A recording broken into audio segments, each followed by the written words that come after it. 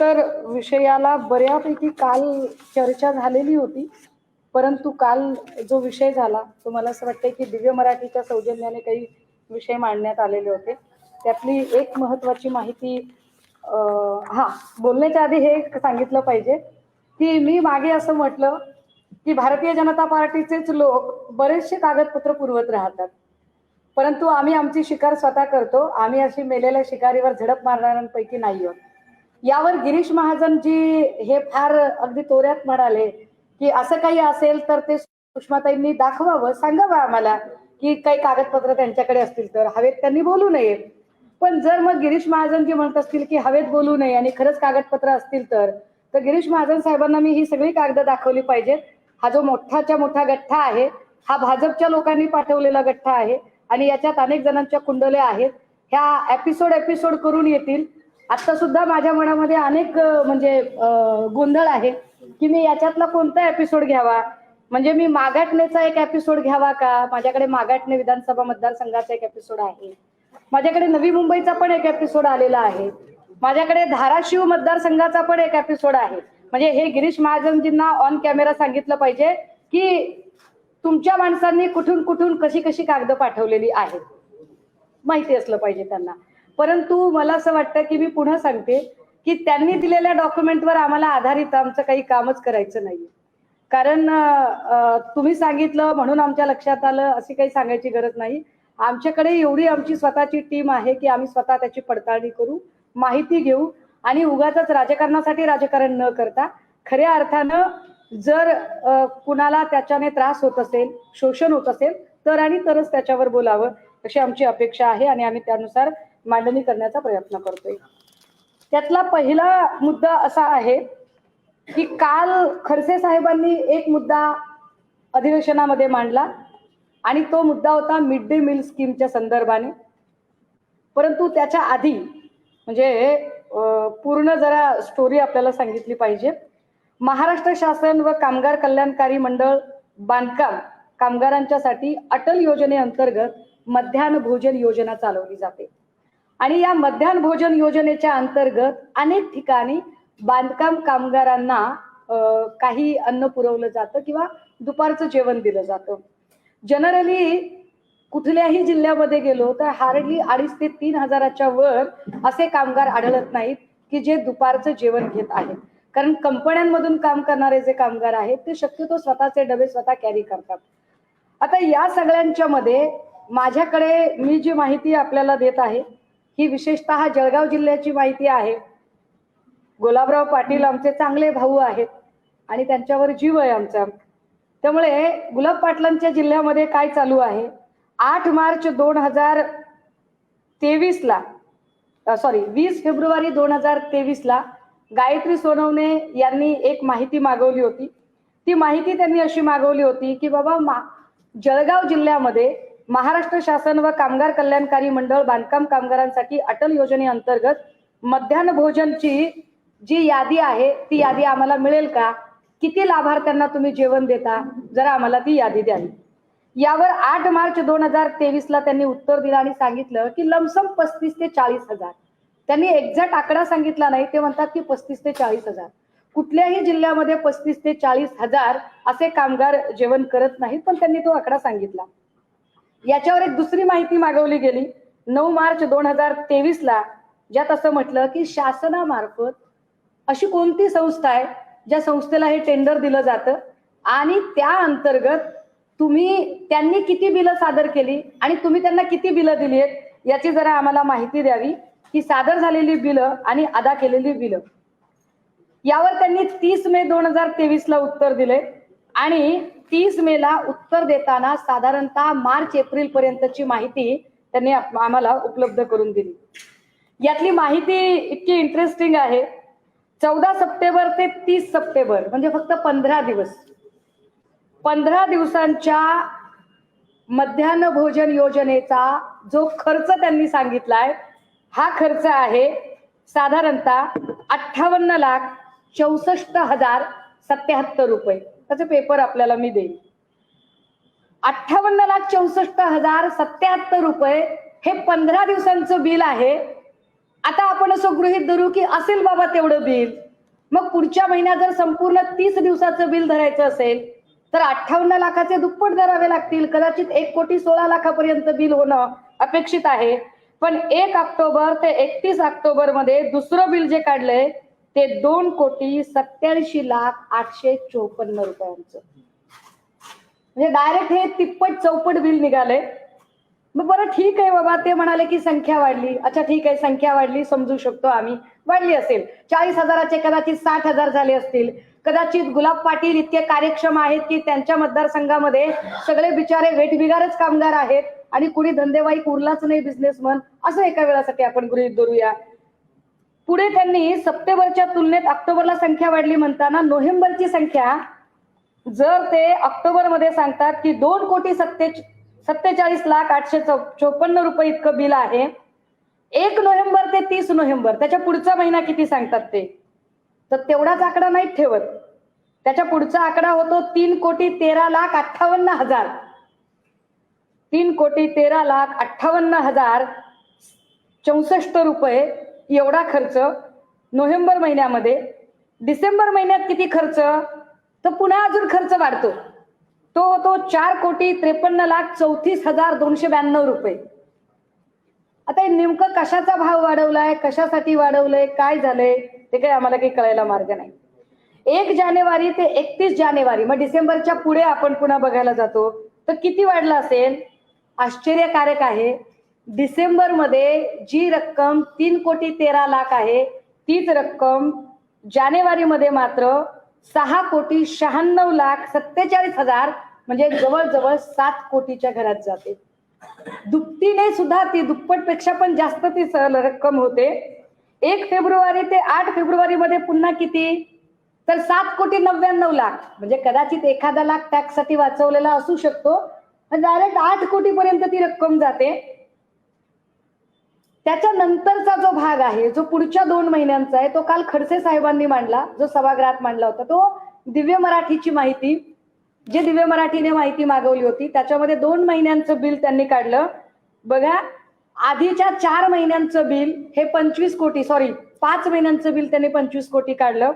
पुढच्या फक्त 2 महिन्यांचं बिल त्यांनी 25,62,62,558 एवढं बिल काढलं. आता ही एवढी सगळी बिलं ज्या वेळेला काढताहेत तर याचे नेमके लाभार्थी कोण ते तरी कळले पाहिजेत. किती लोकांना लाभ मिळतो, खरंच त्यांना लाभ मिळतो का, म्हणून मग आम्ही ती माहिती मागवायचा प्रयत्न केला.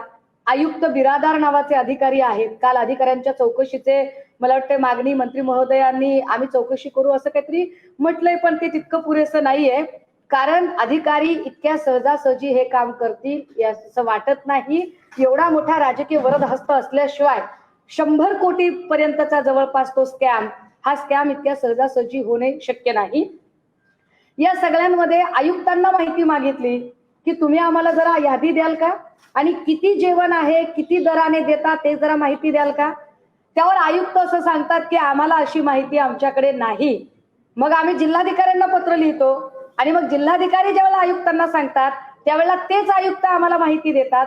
पण ते आयुक्त माहिती देताना जी माहिती सांगतात त्याच्यातले जवळपास ज्या लाभार्थींची माझ्याकडे संख्या आहे आणि ज्या कंत्राटदारांची नावं आहेत, हे फारच सगळं मजेशीर की कामगारांची यादी कशी दाखवली जाते, काय पद्धतीने आयुक्तांनी कामगारांची यादी दिली, तर आयुक्तांकडे अशी कामगारांची यादी नाहीये.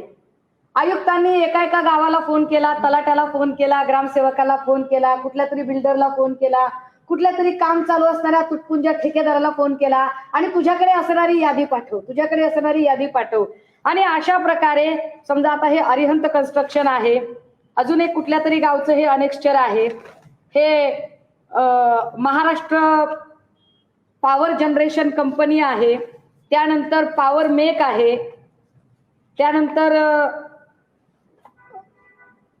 पहाडपूर cooling towers limited, Bholasingh Jayprakash construction limited, Alpha power engineering services private limited, Shreya Anish Shah, हे काय आहे त्यांचं त्यांनाच माहिती. त्यानंतर पुन्हा Arihant construction, Harshal Gaikwad engineer and contractor, याच्यामध्ये पुन्हा त्यांनी ABL construction, Saini construction, Brahmand Nayak construction, Radhakrishna construction, Om building construction, Riddhi construction, Om Sai centering works, Moriya enterprises, infrastructure government contractor, Nayantara developers, Moriya enterprises, Nashirabad Nagar Parishad आणि वाघ कन्स्ट्रक्शन. अजून खूप यादी आहे मोठी.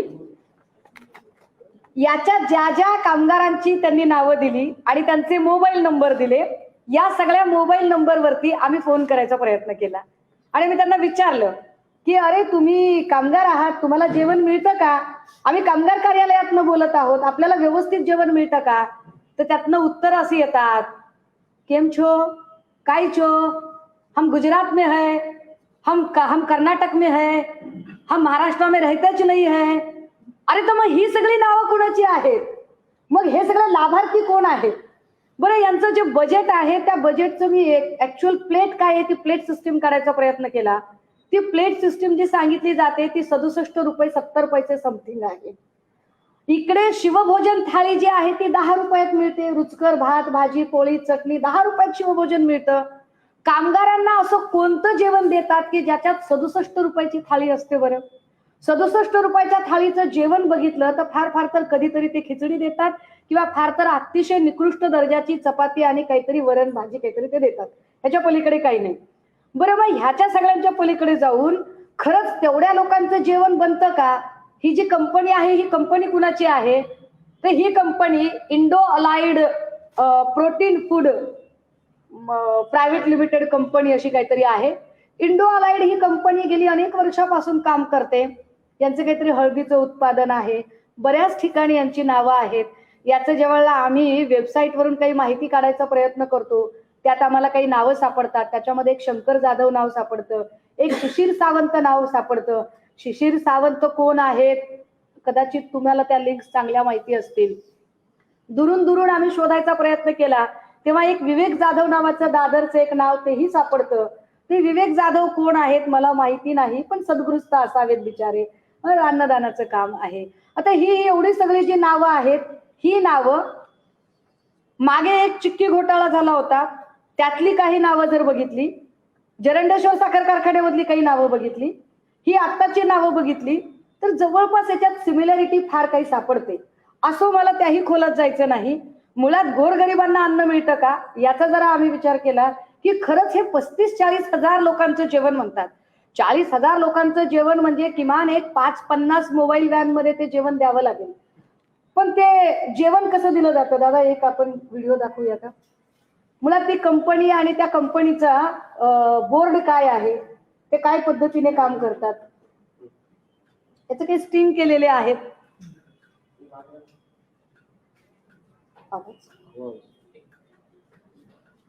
एक मिनिट, आवाजाचं आवाजाचा प्रॉब्लेम आहे का?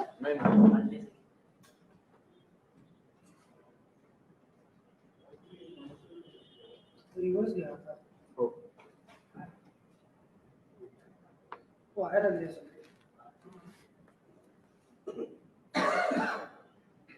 मगाशी बरा होता.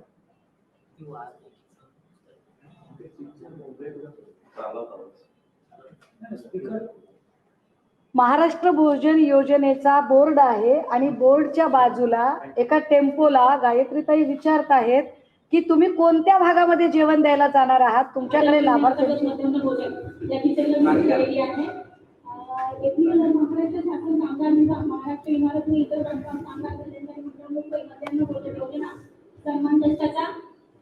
आनंद उद्याचा अशा पद्धतीने बोर्ड लागलेले आहे. जेव्हा की हा ठिकाण एका प्रायव्हेट कंपनीला दिला गेलेला आहे.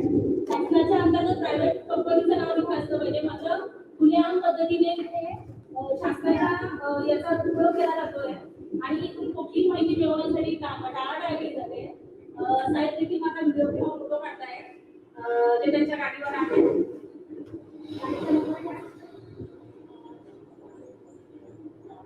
नाही काढा ना मला काढण्यासाठी काय. आणि प्रत्येक गाडीमध्ये नुसतं नॉमिनल फक्त मोजून काहीतरी 15-20 पोळ्या ठेवल्या जात आहे. अर्ध्याच्या खाली भाजी आहे. आता हे 35 ते 40 हजार लोकांचं जेवण कोणत्या भागात नेत आहेत हा भाग खरं तर असला पाहिजे, पण तो भाग किंवा ती यादी किंवा लाभार्थींचं नाव याच्यातलं काहीही ड्रायव्हरकडे नाहीये. एक दुसरी स्लाइड आम्ही आपल्याला दाखवतो. मी तुम्हाला आता तुमची प्रत्येक गाडी जाते, प्रत्येक गाडी तुम्ही नंतर 250-300 लोकांचं जेवण जाते. जेव्हा की आम्ही आपला व्हिडिओ घेतलेला आहे, सगळे डबे अर्धवट आहे, काही डबे तर पूर्ण अर्धवट आहे. एकदा नाही, आता मी बरेच जेवढे मी आता घेतले व्हिडिओ, मी थोडं पुढे करा त्यांना, म्हणजे त्या ड्रायव्हरला विचारण्याचं. कामगार यादी. हा खाली खाली खाली खाली वाटप ठेव. हा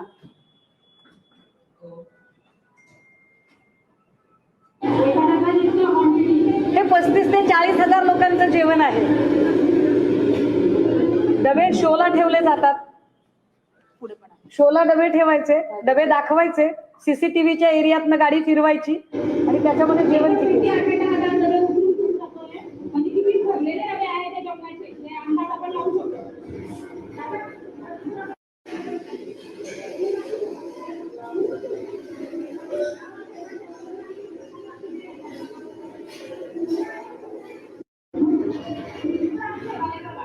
हे सगळे अशा पद्धतीने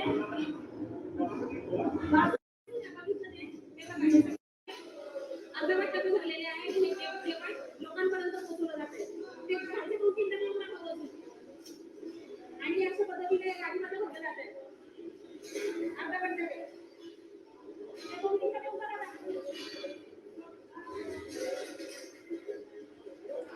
हे बघा, अशा पद्धतीने हे डबे भरलेले डबे दाखवले जात आहेत आणि हे अर्धवट भरलेले आहेत.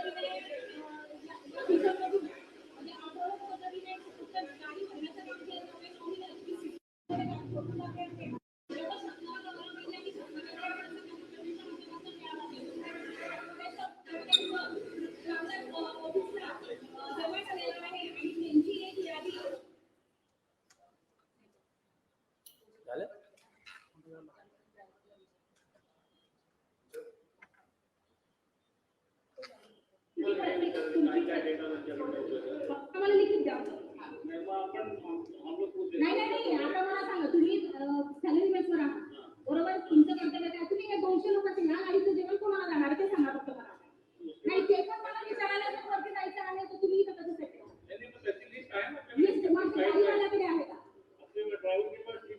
प्रत्येक गाडीवाल्याचं काम असेल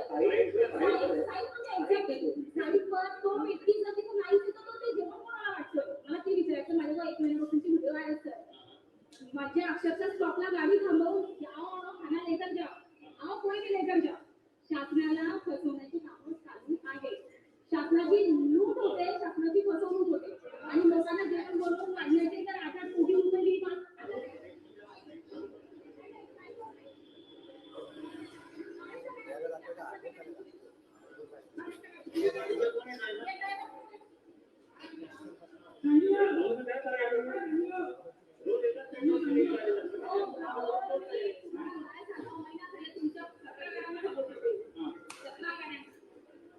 मला आता हे एक्सप्लेन करू नका मी मालूम है त्यांची करण्यावर चलो या गाडीचे ड्रायव्हर तुम्हाला मी तुम्हाला दिली बघा या गाडीचा ड्रायव्हर कोण आहे गाडीची लिस्ट द्या तुम्हाला कोणाला जेवण वाटायचं या गाडीमध्ये या गाडीतलं जेवण तुम्हाला नाही साईड नाही मला लिस्ट पाहिजे की तुम्ही इकडे पोहोचवता साहेब तुम्ही ड्रायव्हर आहात ना तुमचे साहेब म्हणतात आमच्या ड्रायव्हर जवळ तुम्ही त्या बाबतीमध्ये माझ्या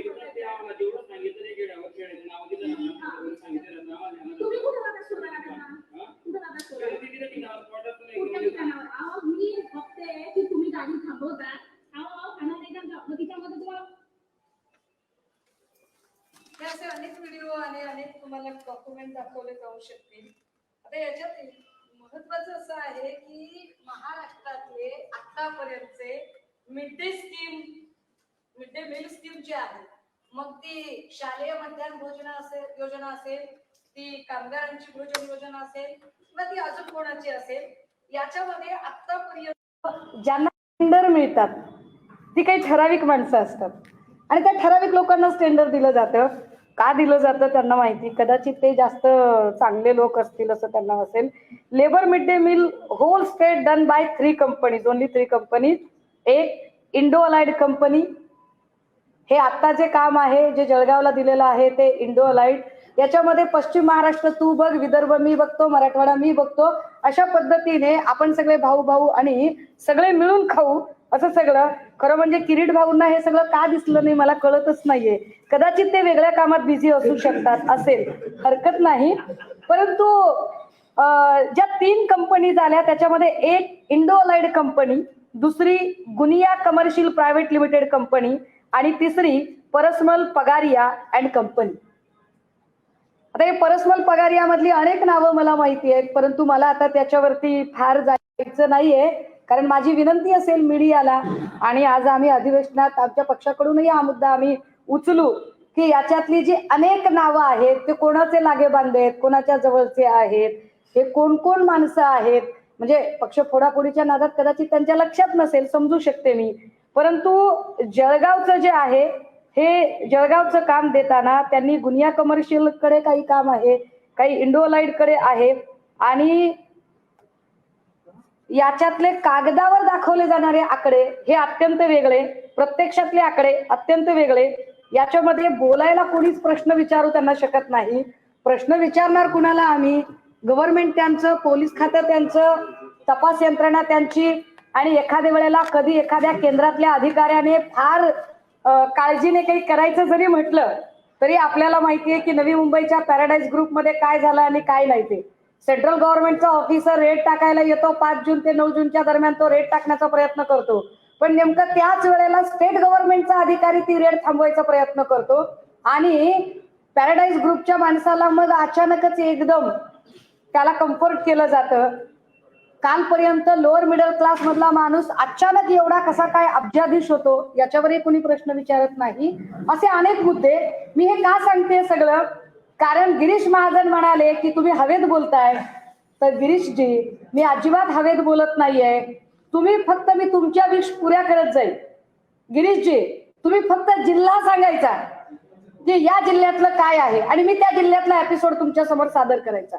तुम्ही सांगायचं या या या माणसाबद्दल काय आहे, मी तुमची विश पुरी करायची आणि तुमची विश पूर्ण करताना त्यात तुमचीच माणसं कशी त्याला मातीत घालण्यासाठी, म्हणजे कुणाला शिंदे गटाच्या लोकांना बदनाम करण्यासाठी किंवा त्यांचं नुकसान करण्यासाठी किंवा त्यांना अडचणीत आणण्यासाठी भाजपचीच लोक कशी तत्परतेने काम करतात हे सुद्धा आम्ही अशा स्टिंग मधनं सांगू शकतो बरं का. त्यामुळे गिरीशजी, तुम्ही याच्या पुढेही बोलताना बघा, जरा लक्ष करा. गुलाब पाटील आणि म्हणजे पालकमंत्री ते आहेत म्हणून गुलाब पाटलांचं नाव घ्यावं लागते आणि गिरीश महाजनांचा जिल्हा आहे म्हणून मी त्यांचं नाव घेते, अदरवाईज मला इतरही नावं घेता आली असती. मी म्हटलं की माझ्याकडे पुढच्यासाठीचा एक एपिसोड आहे. मी जाणीवपूर्वक हा एपिसोड आत्ता घेत नाहीये कारण लक्षवेधीमध्ये हा विषय यावेळेला येईल की नाही, त्यामुळे मला तो डिस्क्लोज करायची इच्छा नाहीये. पण माझ्याकडे आत्ता असणारा जो एपिसोड आहे, जो पुन्हा घ्यायचा आहे मला, हा एपिसोड माघाटणे विधानसभा मतदारसंघाचा आहे. बघा, माघाटणे, बोरिवली, दहिसर मध्ये कुणाची प्रॉपर्टी आहे का, कुणी तिथे संबंधित आहे का, अलर्ट करते फार तर मी.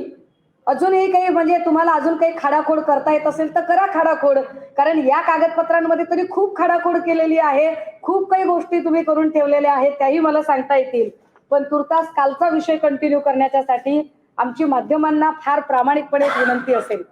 100 कोटीचा घोटाळा जिथे गोरगरिबांच्या तोंडचा घास काढून घेतल्यासाठी केला जातो, जे लोक इतरांना भ्रष्टाचारी म्हणतात, इतरांना गैरमार्गाने काम करणारा म्हणतात, त्याच सगळ्या लोकांनी गरिबांच्या तोंडचा घास पळवण्यासाठीचे तब्बल गरिबांच्या नावावर 100 कोटी रुपये लुटावे, ही बाब गंभीर आहे.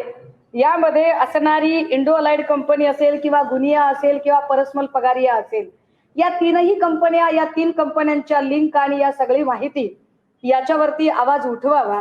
माध्यम प्रतिनिधी सुद्धा माणसंच असतात आणि आपली सुद्धा बांधिलकी असते, त्यामुळे आपणही आम्हाला मदत कराल अशी आमची अपेक्षा आहे. बाकी सभागृहामध्ये हा विषय चर्चेला येईल आणि तो मांडला जाईल. थँक्यू. आपण विचारू शकता. हा एका जिल्ह्याचा एवढी आकडेवारी आहे, जी. तर महाराष्ट्राच्या कानाकोपऱ्यामधून किती मोठी आकडेवारी तुमच्या समोर येऊ शकते असं तुम्हाला वाटतं? कल्पना न केलेली बरी अशी परिस्थिती आहे, कारण जर एका जिल्ह्यामध्ये 2 महिन्याची आकडेवारी 25 कोटी अशी सांगितली जाते, मजेशीर असं की आयुक्त म्हणतात की आम्ही रात्रीच्या भोजनाचा दर लावलेला आहे, त्याच्यामध्ये रात्रीच्या भोजनाला कामगार थांबतच नाही. मुंबई सारख्या ठिकाणी रात्रीचं मेट्रोचं वगैरे काम होऊ शकतं, कारण दिवसा काम करता येत नाही म्हणून, परंतु जळगाव सारख्या ग्रामीण भागामध्ये रात्रीला काम करणारा कामगार असण्याचं काहीच कारण नाहीये. म्हणजे ही रक्कम दुप्पट दाखवली जाते हे क्लिअर आहे. यामध्ये कुठल्याही प्रकारचं कसलंही सुपरविजन नाहीये. आणि जर 100 कोटीचा स्कॅम एका जिल्ह्याचा असू शकतो तर 35 जिल्ह्यांमधनं किती असेल? आणि विशेष म्हणजे मी याच्याकडे पुन्हा एकदा लक्ष वेधू इच्छिते की सगळ्या जिल्ह्यांना टेंडर देणाऱ्या 3च कंपन्या आहेत आणि या 3 कंपन्यांची म्हणजे गंगोत्री, जमनोत्री कुणाकडे जाते, मामू, उपमामू, अजून कोणी असेल तर ते आपण शोधून काढावं. तुम्ही असं म्हणतात की आकडे काढले जवळपास 1 वर्षाचे आकडे असतील, मी 6च महिन्याचा आपल्याला फरक दाखवला. ही जेव्हापासून तुम्ही आता पुरावे सादर केले असतील तेव्हा पुरावे काढताना तुम्हाला टेंटेटिव्ह माहिती काय मिळाली? तेव्हा तुम्ही मला 100 कोटीचा घोटाळा झाला, तो 100 कोटीचा घोटाळा फक्त 1 वर्षाचा आहे? 6 महिने. 6 महिने मी 6 महिन्याचं दाखवते आपल्याला फक्त. याच्यामध्ये आणखी किती होऊ शकतं काय अभ्यास केला? याच्यामध्ये हा फक्त जळगावचा डाटा आहे, हा फक्त 6 महिन्यांचा डाटा आहे. या 6 महिन्यांच्या डाटामध्ये माझ्याकडे असणारी जी यादी आहे, जी कामगारांची यादी आहे, याच्यातले 85% कामगार, कारण आम्ही प्रत्येकाला फोन केले, त्याच्यामध्ये 85% कामगार हे जळगाव काय महाराष्ट्रात सुद्धा राहत नाहीत. हे लोक आयदर गुजरातमध्ये काम करतायत किंवा कर्नाटकमध्ये काम करतायत किंवा इतरत्र कुठेतरी गेलेले आहेत, ते राजस्थान इकडे तिकडे काम करणारे लोक आहेत. हे महाराष्ट्रात लोकच राहत नाहीत, असे 85% लोक आहेत. माझ्याकडे अजून एक फाईल आहे गिरीशजी आपल्यासाठी, आपल्या जिल्ह्यातलीच आहे, ही पण आहे. म्हणजे तुम्ही फक्त मला म्हणायचं की ताई तुम्ही हवेत बोलताय, मी असे हवेत लगेच कागद काढायची सगळी, असं एकदम हवेत न का हात फिरवायचा मी. म्हणजे आणि विशेष बरं का गिरीशजी, ही सुद्धा कागद म्हणजे याच्यातली नंतरची जी महत्वाची कागद आहे ती आम्ही काढली, पण सुरुवातीची जी ठिणगी होती ना ती तुमच्याच भाजपच्या लोकांनी शिंदे गटाचा म्हणजे व्यवस्थित असा फुलबाजा लावलेला आहे, हे तुम्हाला माहिती असावं. आणि हे का सांगते, कारण शिंदे साहेबांबद्दल मी वारंवार सांगते की खरंच माझी भावंड आहेत आणि त्यांनी तुपाशी राहावं, माझ्या भावांनी उपाशी राहावं हे काही फार पटत नाहीये मला. त्यामुळे त्यांचे विनाकारणच कपडे फाटतायत, तर कोण कपडे फाटतायत ते त्यांनाही कळलं पाहिजे की काय चाललंय. हाही एपिसोड घ्यायचा आहे आणि हा एपिसोड पुन्हा जळगावशी संबंधित आहे, हा एक स्वतंत्र विषय नंतर करते. हे कॉन्ट्रॅक्ट याची तारीख माझ्याकडे अजून नाही आहे, परंतु 1 सेकंड आहे म्हणतायत. वा, हे जून 23 आहे दादा, म्हणजे निश्चितच तुम्ही आमच्यावर बिल आता फाडू शकत नाही. हे अध्यक्ष महोदय अजिबात तुम्ही माझं नाव घेऊ शकत नाही, आमचं नाव अजिबात अध्यक्ष महोदय याच्यात येत नाही, कारण ही तारीख जून 2023 आहे. हाही कागद आम्ही आपल्याला देऊ शकतो. म्हणजे काय पद्धतीने बदललंय हे तसंच आहे, जसं की सूत्र हँडओव्हर करताना धारावीचं जे सगळं आहे काम ते अदानीच्या झोळीत टाकून जसं हँडओव्हर केलं जातं ना, तोच प्रकार इथेही आहे. हा पुढे विचारा. आणि सुरुवातीला काही लाखांमध्ये खर्च होता, मग तो कोटीमध्ये गेला, 1 कोटीचे 2 कोटी झाले, मग पुन्हा 30 झाले, 4 चौपट झालं. तर ही जी वाढ झाली महिन्याकडे, त्याच्यावरती आयुक्तांनी काय कारण आहे? आयुक्तांचं पहिलं कारण असं आहे याच्यामधलं की जेव्हा आपण त्यांना पहिल्यांदा विचारतोय की तुम्ही पहिले तर आम्हाला फक्त 54 लाख दिले, 58 लाखाचं तुम्ही 15 दिवसाचं दिलं होतं बजेट. जर 15 दिवसाचं 58 लाख दिलं असेल, जर 15 दिवसाचं 58 लाख दिलेलं असेल तर 1 महिन्याचं साधारणतः 1,16,00,000 बिल जाईल.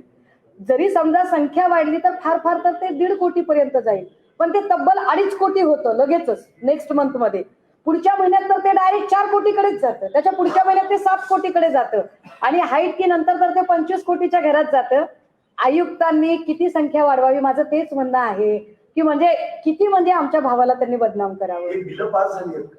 ही बिलं पास झाली, ही बिलं दिली गेली. कारण काय दिलं पण जो वाढत गेला? हा, त्याचं कारण त्यांनी असं सांगितलं की आमच्याकडे रात्री पण कामगार येतात. आता रात्री कसे काय हे कामगारांना जेव घालतात यांच्या जीवाला माहिती. आता जर रात्री जर कामगार यांच्याकडे जेवत असतील तर त्या बिचाऱ्याची बायका पोरं काय विचार करत असतील की रात्रीला बाबा जातोय कुठे. अडचणच आहे सगळी. जळगावसारख्या जिल्ह्यात रात्रीची नेमकी कोणती कामं होतात? किरीट भाऊंना जास्त माहिती. त्याच्यामध्ये आकडेवारी जी वाढली त्याच्यामध्ये कामगारांची संख्या देखील वाढली असं ते उत्तर दिलं होतं का? नाही, संख्या वाढली तरी किती वाढवाल तुम्ही काय अख्खा जिल्हा कामगारांचा कराल काय? माझी माहिती जी आहे, जी आम्ही इतर जिल्ह्यांचा जो ऍव्हरेज काढलेला आहे किंवा याच्यामध्ये काम करणारे जे सब कॉन्ट्रॅक्टर्स आहेत, मी संभाजीनगरच्या काही सब कॉन्ट्रॅक्टर्सशी बोलायचा प्रयत्न केला, मी कन्नड आणि जालन्याच्या काही सब कॉन्ट्रॅक्टर्सशी बोलण्याचा प्रयत्न केला. त्या सब कॉन्ट्रॅक्टर कडून आम्हाला असं कळलं की ताई फार तर 2,500 ते 3,000 कामगार असतात, त्याच्या पलीकडे ते असू शकत नाही. पण 2,500 कामगारांमध्ये सुद्धा डबा आणणारे कामगार, स्वतःचं जेवण आणणारे 1000 असतात. 1,500 लोकांनाच द्यावं लागतं. कधी तर म्हणजे पुण्यात तर तुम्ही बघाल की पुण्यात जर तुम्ही कधी आलात तर सारसबागेला बाजूला एक मंदिर आहे, पार्श्वनाथ मंदिर, त्याच्या बाजूला अक्षरशः मग ती कामगार नसणारे जे काही भिकारी वगैरे माणसं आहेत या लोकांना ते अन्न दिलं जातं. म्हणजे स्वतःचा डबा आणणाऱ्या लोकांची संख्या जास्त आहे. मग आधी 40,000, पहिल्या महिन्यात आयुक्त 40,000 संख्या सांगतात, दुसऱ्या महिन्यात काय लाखभर संख्या झाली. चौपट आहे. 58 लाखाचं तुम्ही 2.5 कोटी म्हणता, म्हणजे 40,000चे 2.5 चौपट जर म्हटलं तर साधारणतः 16. काय कमाल आहे. एवढे कामगार, अरे म्हणजे काही गुलाब पाटलांनी काही कामच केलं नाही असं म्हणायचंय की काय या लोकांना? आणि हे वाईट आहे ना, म्हणजे आपल्या भावाला कोणी बदनाम नाही केलं पाहिजे. आपण एक प्रश्न, ज्या कंपन्यांच्या अंतर्गत जेव्हा ज्या कंपन्या दाखवलेल्या आहेत त्यांच्या अंतर्गत हे कामगार कंपन्या ते खऱ्या आहेत का? आणि या कंपन्या म्हणजे शिरीष चव्हाणांचं नाव घेतलंय तुम्ही, मनसेचे नेते आहेत ते. बर दादा, मी हवेत नाही बोलतो. मी वेबसाईट तुमच्या लिंकेन आणि तुमच्या ज्या वेगवेगळ्या ज्या इंडियन इकॉनॉमिक्स वगैरेच्या ज्या वेबसाईट्स आहेत मी त्याच्यावरून काढलेल्या माहितीवर बोलते. मला तर माहित पण नाही की ते मनसेचे नेते आहेत, आपणच सांगताय. पण मला याची काहीच कल्पना नाही. मला तर विवेक जाधव हे सदग्रस्त कोण आहेत तेही माहित नाही. ते दादरला राहतात एवढंच माहिती आहे. मी खूप शोधायचा प्रयत्न केला. मला कुठेतरी जरंडेश्वर कारखान्याच्या मध्ये कुठेतरी विवेक जाधव नाव दिसलं. मध्ये मला एक कुठेतरी चिक्की प्रकरणात पण विवेक जाधव, पण मला माहित नाही कोण विवेक जाधव आहे ते. कदाचित आपल्याला जास्त माहिती असेल. परंतु एक नक्की की या सगळ्या मिड डे मीलच्या जेवढ्या स्कीम आहेत, ती शालेय भोजन योजना असू देत, अंगणवाडीची असू देत, पोषण आहाराची असू देत, कामगारांची असू देत, या सगळ्या प्रकारच्या योजना या 3च कंपन्यांमध्ये डिस्ट्रीब्यूट होतात. हे फार विशेष आहे. जळगावचा एपिसोड तुम्ही काढला तुम्ही, आता वेगळ्या जिल्ह्यांचा पण एपिसोड पुढे येणार आहे का? आणि तिथे सुद्धा ह्याच 3 कंपन्या आहेत? नाही, पुढच्या जिल्ह्यांचा एपिसोड मी आता याचा नाही काढणार. आता मी फूड मधला एक एपिसोड काढला, शीतावरून भाताची परीक्षा करावी तुम्ही, आणि बाकी जिल्ह्यांच्या फूडवरचं काय चाललेलं आहे याचे ग्राउंड रिपोर्ट्स आपण मागवावेत. मी पुढचा जो एपिसोड काढेन तो वेगळ्या डिपार्टमेंटचा काढेन ना. हा, मी एकदाच सांगितलं की सबका नंबर आएगा, सगळ्यांचा. आमच्या किरीट भाऊंच्याच शब्दात सांगायचं तर सबका नंबर आएगा. त्याच्यामुळे जो वेगळा एपिसोड आहे तो असू शकतो, कदाचित बांधकाम विभागाचा असू शकतो, तो आरोग्य खात्याचा असू शकतो, कदाचित तो युडीचाही असू शकतो. ताई, तुम्ही असं म्हणतात की माझ्या भावंडाला हे असं संपूर्ण सुरळीत करून त्याला कुठेतरी अडथळण्याचं काम जे आहे ते करतात. नेमका अजेंडा काय असेल भारतीय जनता पार्टी या संपूर्ण निधी वाटप असेल आता दादा आमचे अर्थमंत्री झालेत आणि आदरणीय दादा मुख्यमंत्री झाले तर काय हरकत आहे. काल जरी देवेंद्रजी असं म्हणाले असले की निवडणुका या शिंदे साहेबांच्याच नेतृत्वाखाली होतील, तरी त्या म्हणण्यावरती आपण किती विश्वास ठेवायचा. कारण देवेंद्रजी तेच आहेत जे म्हणत होते की राष्ट्रवादीशी युती नाही नाही नाही नाही नाही, आणि त्यांनी नंतर युती केलेली आहे. त्यामुळे कालचं त्यांनी जे स्टेटमेंट केलं ते स्टेटमेंट किती खरं यावर कोण विश्वास ठेवणार आहे. पुढील काळामध्ये भविष्यात संदर्भात काय कारवाई करायची, काय कागद वगैरे तुम्ही जी, या संदर्भात आता अधिवेशनात हा मुद्दा आजही उचलला जातोय. सभागृहाबाहेर आणि सभागृहाच्या आत दोन्ही पद्धतीची आम्ही ही लढाई लढतोय. आम्ही पुन्हा पुन्हा सांगतोय, आम्हाला कुणाची राजकीय उणीधुनी काढण्यामध्ये अजिबात रस नाही. आमची प्रत्येकाबद्दल अत्यंत चांगली भावना आहे. परंतु जर तुम्ही गरिबांच्या तोंडचा घास पळवत असाल, म्हणजे तुम्ही सिमेंटमध्ये खाता, तुम्ही जमिनीमध्ये खाता, तुम्ही जंगलामध्ये खाता, तुम्ही प्रत्येक गोष्टीत तुम्ही औषधांमध्ये खाता, अरे तुम्ही गरिबांचं अन्न तरी ठेवा ना. जर तुम्ही हेही खाणार असाल तर यावर बोललं पाहिजे. यासाठी म्हणून ही आम्ही मुद्दा काढलाय. राहिला प्रश्न आमची भूमिका काय, ऑलरेडी याच्यावरती आम्ही आमची कंप्लेंट नोंदवली आहे. आम्ही यावरती तक्रार दाखल केली आहे. रीतसर आम्ही भांडतोय. मात्र रीतसर भांडत असताना किती प्रकरणांना काय पद्धतीने न्याय दिला जातो हे मी वेगळं सांगायची गरज नाही. ते आपल्या सगळ्यांना माहिती आहे की सत्तेपुढे किती शहाणपण चालतं. उद्धव ठाकरेंची मुलाखत येते, त्याचा टीजरही आलेला आहे. त्या टीजरवरती आता विरोधकांकडून सत्ताधाऱ्यांकडून टीका केली जाते. नितीश राणे असं म्हणतायत की 2 दिवसांची हास्य जत्रा आहे. जाऊ द्या, कुठं बारक्या लेकरांकडे लक्ष द्यायचं नसते. जाऊ दे, ते बारक्या येते. दीपक केसरकरांवरती सुद्धा आज त्यांनी जो आज निर्णय झालेला आहे दीपक केसरकरांवरती, कोल्हापूर मुंबई उच्च न्यायालयाने जिल्हा परिषदेचा निर्णय त्या कंत्राटी प्रकरणाचा तुम्ही फटकारलेला आहे आणि दीपक केसरकरांनी जो ज्यावरती स्थगिती दिलेली त्यावरही मुंबई हायकोर्टाने त्यांना फटकारलेला आहे. तर कुठेतरी यावरती येईल ताई. दीपक भाऊंचा सुद्धा एपिसोड येईल लवकरच येईल. तोही एपिसोड आहे. या संदर्भात ईडी असेल किंवा सीबीआय असेल किंवा आयटी असेल. नाही, ईडी ऐका, आता मला ईडीची भेट घ्यायला जावं लागेल. कारण काय आहे, किरीट भाऊ सगळ्यांच्या मतदारसंघात गेले आणि भेटून आले, तिकडे पत्रकार परिषदा घेतल्या, परंतु ते ईडीकडे गेलेच नाही. कदाचित ईडीचं चहा पण त्यांचं वेगळ्या वेळातलं चालत असेल. मला वाटतं मी सगळी प्रकरणं घेऊन गेलो पाहिजे. कदाचित खूप साऱ्या पाऊस आलेला आहे, त्या पावसात ईडीचे पुरावे वाहून गेले असतील. त्यामुळे ईडीकडची बऱ्याच लोकांची चौकशी थांबलेली आहे. ईडीने बऱ्याच लोकांची चौकशी थांबवलेली आहे. बऱ्याच केसेसमध्ये जे ECR वगैरे दाखल करायचे असतात ते अजून झालेले नाहीयेत. त्यामुळे त्यांना आठवण करून देणं गरजेचं आहे आणि आम्ही जाऊ त्यांना भेटू.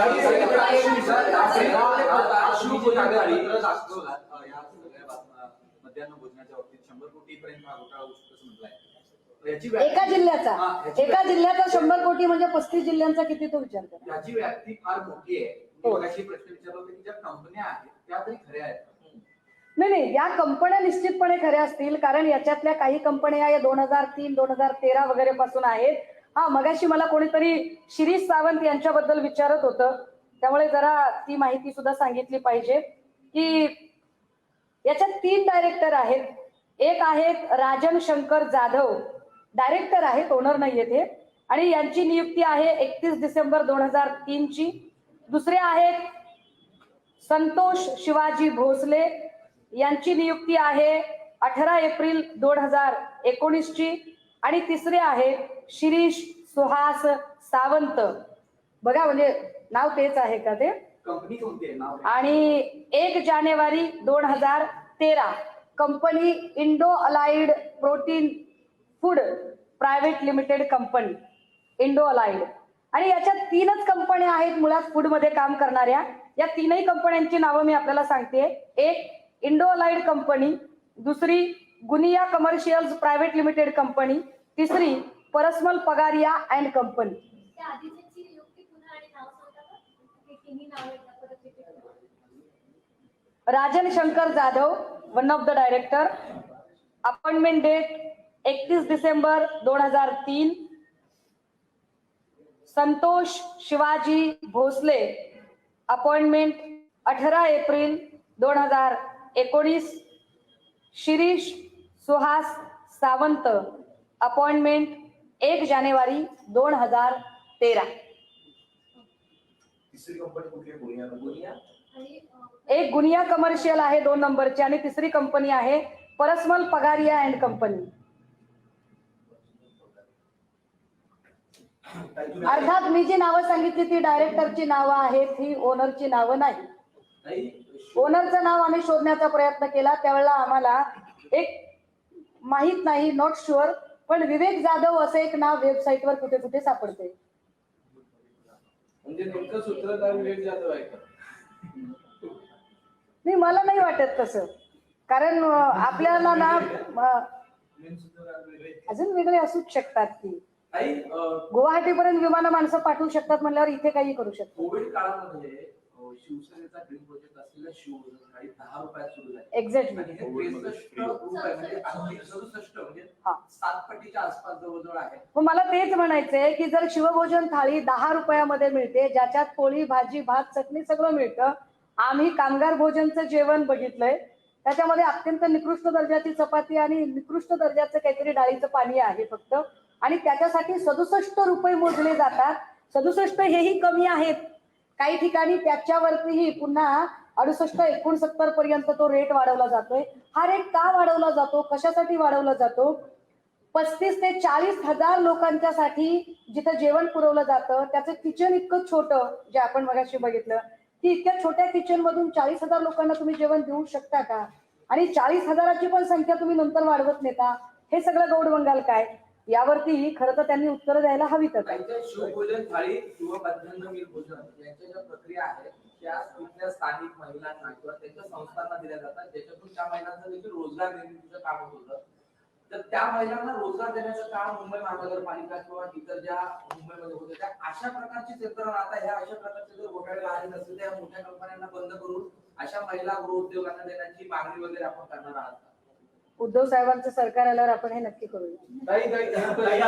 मुख्यमंत्र्यांचा 16 आमदार पात्रता निर्णय लवकरच होईल, त्यानंतर मुख्यमंत्रीच राहतील की नाही यावर शक्यता आहे. त्यामुळे खेचायचं काम जोरात चालू असं वाटतंय का? कुठे पुन्हा सत्ता मिळेल नाही मिळेल? नाही, जोरात चाललंय नाही, हे आम्ही महाप्रबोधन यात्रेतच सांगून टाकलं की माझे भाऊ संकटातच आहे तो, म्हणूनच तर हे सगळं चालू आहे. काय करतील काय माहिती, कारण तसं असतं तर संख्याबळ असताना त्यांनी राष्ट्रवादी फोडलीच नसती. भारतीय जनता पार्टीची मोठी बैठकीमध्ये भाग पडली, त्या बैठकीमध्ये नरेंद्र मोदी यांनी सांगितलं की आपल्याला तिसरी जो भारतामध्ये आणखी 2024ला सत्ता पाहिजे आणि त्यासाठी ब्लूप्रिंट तयार केली. त्याचा अजेंडा आहे की भारताची अर्थव्यवस्था ही मोठ्या प्रमाणात निर्माण करायची.